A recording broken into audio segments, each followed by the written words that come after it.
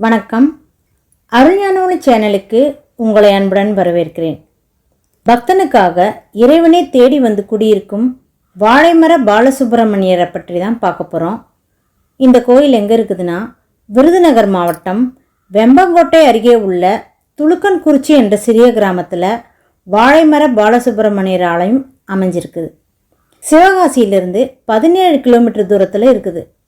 சுமார் 150 ஆண்டுகளுக்கு முன் துலுக்கன்குறிச்சி கிராமத்தில் வாழ்ந்த தேரியப்பர் வீரம்மாள் தம்பதிக்கு மகனாக பிறந்தவர் தான் வேலாயுதம். வேலாயுதம் முருகப்பெருமான் மீது ஆழ்ந்த பக்தி கொண்டிருந்தார். வேலாயுதம் தினமும் அதிகாலை வெம்பங்கோட்டையில் உள்ள ஆற்றில் குளித்துவிட்டு வனமூர்த்தி லிங்காபுரம் விநாயகர் கோவிலில் உள்ள முருகனை தரிசித்துவிட்டு அன்றாட பணிகளை செய்வது வழக்கமாக வைத்திருந்தார். வைத்திய முறை தெரிந்து வைத்திருந்தார். அங்குள்ள மக்களுக்கு வைத்தியம் செய்வதற்கு பணம் வாங்குவதில்லை. தர்ம சிந்தனையுடன் வைத்தியத்தின் மூலம் நோய் நீக்கியதால் மக்கள் அவருடைய பக்தி மற்றும் சேவையை கண்டு சித்தர் என போற்றினார்கள்.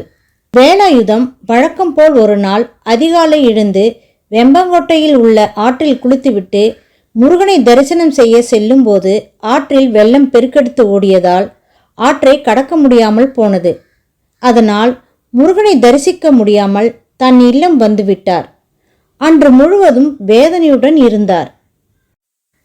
இரவு முருகனின் திருநாமத்தை சொல்லியவாறு கண்ணயர்ந்த போது கந்தன் கனவில் வந்து, வேலாயுதா, என்னை காண எங்கும் செல்ல வேண்டாம், நானே உன்னை தேடி வந்துவிட்டேன். நீ ஆசையாக பராமரித்து வரும் வாழை மரத் தோட்டத்தில் ஒரே ஒரு குலை தள்ளிய வாழை மரத்தில் மட்டும் தான் இருப்பதாக சொல்லி மறைந்தார். மறுநாள் தான் பராமரித்து வரும் வாழைத்தோட்டத்திற்கு சென்றார் வேலாயுதம். அங்கே கனவில் முருகன் கூறியபடி குலையுடன் வாழைமரம் இருப்பதைக் கண்டு முருகப்பெருமான் தன் மீது கொண்டிருக்கும் அன்பை எண்ணி ஆனந்த கண்ணீர் வடித்தார். முருகன் குடியிருக்கும் அந்த வாழை மரத்திற்கு தினமும் பூஜை செய்து வந்தார். அச்சமயத்தில் அந்த கிராமத்திற்கு அருகில் உள்ள செவல்பட்டி ஜமீன்தாரின் கணக்கு பிள்ளையின் மகனுக்கு திருமண ஏற்பாடுகள் நடைபெற்று வந்தது. திருமண வீட்டின் வாசலில் வைக்க குலைத்தள்ளிய வாழை மரம் தேவைப்பட்டது. பணியாட்கள் பல ஊர்களில் தேடியும் எங்குமே குலைத்தள்ளிய வாழை மரம் கிடைக்கவில்லை. துலுக்கன்குறிச்சி கிராமத்தில் முருக பக்தர் வேலாயுதம் வீட்டு தோட்டத்தில் குலைத்தள்ளிய வாழை மரம் இருப்பதை அறிந்து அவரிடம் வந்து கேட்டனர். இந்த மரத்தில் முருகன் குடியிருக்கிறார் என்று சொன்னார் வேலாயுதம். நான் அவரை தினமும் வழிபட்டு வருகிறேன். எனவே என்னால் அந்த மரத்தை உங்களுக்கு தர முடியாது என்று கூறி மறுத்தார். இதனை கேட்டு பணியாட்கள் ஜமீன்தாரிடமும் அவரது கணக்கு பிள்ளையிடமும் தெரிவித்தனர். உடனே கணக்கு பிள்ளையின் மகனான மாப்பிள்ளை, நானே சென்று அந்த மரத்தை கொண்டு வருகிறேன் என்று கூறிவிட்டு முருக பக்தரின் தோட்டத்திற்கு விரைந்து வந்தார். பின்னர் வேலாயுதத்திடம் மரத்தை தரும்படி கேட்டார்.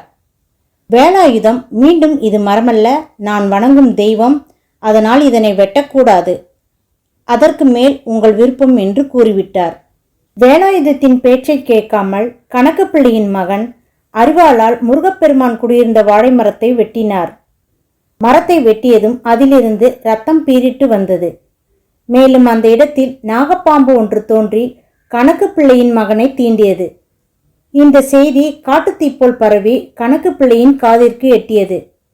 ஜமீன்தாரும் கணக்கு பிள்ளையும் இந்த செய்தியை அறிந்து பதறி துடித்து ஓடி வந்தனர். இறந்து கிடந்த தன் மகனை பார்த்து கணக்கு பிள்ளை கண்ணீர் வடித்தார். மணக்கோலத்தில் பார்க்க வேண்டிய பிள்ளையை பிணக்கோலத்தில் பார்க்கிறேனே என்று கூறி அழுதார். கணக்கு பிள்ளை தன்னுடைய மகனை உயிர்ப்பித்து தரும்படி வேலாயுதத்திடம் வேண்டி கேட்டார். அதுக்கு அவர் தன் கையில் எதுவும் இல்லை, முருகப்பெருமானின் கருணையால் அவர் உயிர் பிழைப்பார் என்று சொன்னார். பிறகு ஒரு பிரம்பு குச்சியை எடுத்து இறைவனை நினைத்து முருகா முருகா என்று 3 முறை கூறிக்கொண்டு சடலத்தின் மீது தடவினார். கணக்கு பிள்ளையின் மகன் ஏதோ உறக்கத்தில் இருந்து எழுந்தது போல் எழுந்தார். அனைவரும் முருக பக்தரிடம் மன்னிப்பு கேட்டனர். முருகப்பெருமான் அவருக்கு காட்சி கொடுத்து தான் வாழைமரத்தில் குடியிருப்பதாக கூறி அருள்பாலிப்பதால் வாழைமர பாலசுப்பிரமணிய சுவாமி என அழைக்கப்படுகிறார். ஜமீன்தார் முருக பக்தரிடம், உங்களுக்கு ஏதாவது செய்ய வேண்டும் என்று நினைக்கிறேன், என்ன வேண்டும் என்று கேளுங்கள் என்றார். அதற்கு அவர், நான் வணங்கும் வாழைமர பாலசுப்பிரமணியரை சுற்றி 4 கம்புகள் ஊன்றி மேற்கூரை போட்டு தாருங்கள் என்று கேட்டார். அவரும் அவர் கேட்டபடியே செய்து கொடுத்தார். வாழைமர பாலசுப்பிரமணியின் சக்தியை அறிந்து கொண்ட அக்கம் பக்கத்து ஊரை சேர்ந்தவர்கள் பலரும் இங்கு வந்து வழிபாடு செய்ய தொடங்கினர். பிற்காலத்தில் பக்தர்களின் வசதிக்காக ஆலயம் புதுப்பிக்கப்பட்டது. இந்த வாழைமர பாலசுப்பிரமணியரை வழிபட்டு பல வரங்களை பெறுவோம். நன்றி.